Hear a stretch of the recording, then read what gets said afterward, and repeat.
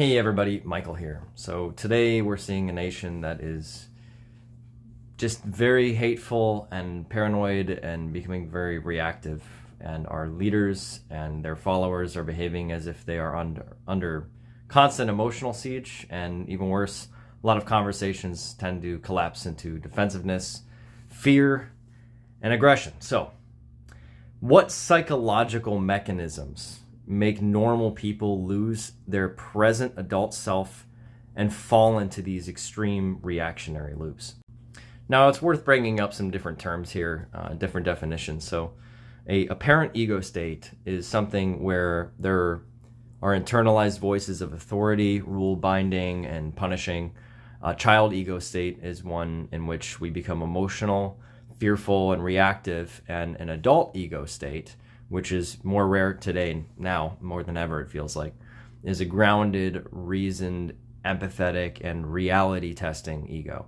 So, right-wing and conservative propaganda tends to activate that parent and child loop, and it shuts out the adult. So that's why people appear unreachable and are unreachable, is that they are literally not in their adult state of ego where they can actually receive that information.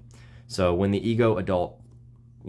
adult ego collapses, then fear is the only compass to guide them. So the problem is that fear messaging triggers a reversion to earlier developmental levels in our life. So, you get a lot of language of we're being invaded, replaced, destroyed. That's core language is emotional reactivity. It leads to paranoia, it leads to binary thinking, and it really leads to a loss of nuance in context. Worse is that it creates a kind of a closed feedback loop of kind of threat, reaction, more threat, So fear pushes people backward into the psyche and not forward. So that's why criticism to them becomes personal attack, and that fuels kind of like an apocalyptic style thinking and cultic loyalty.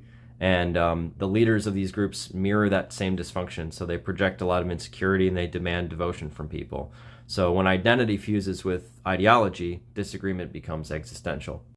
So when opponents are seen as enemies trying to destroy our way of life, right? It's conspiratorial thinking. It replaces evidence, right? So reality testing breaks down, defensiveness becomes aggression, a community becomes isolated, and connection between people breaks.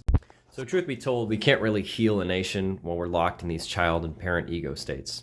So all we can really do is invite people to try to look back to that adult self, and in that place where there's some clarity, we can have some real dialogue that means real progress. So let's do it, folks.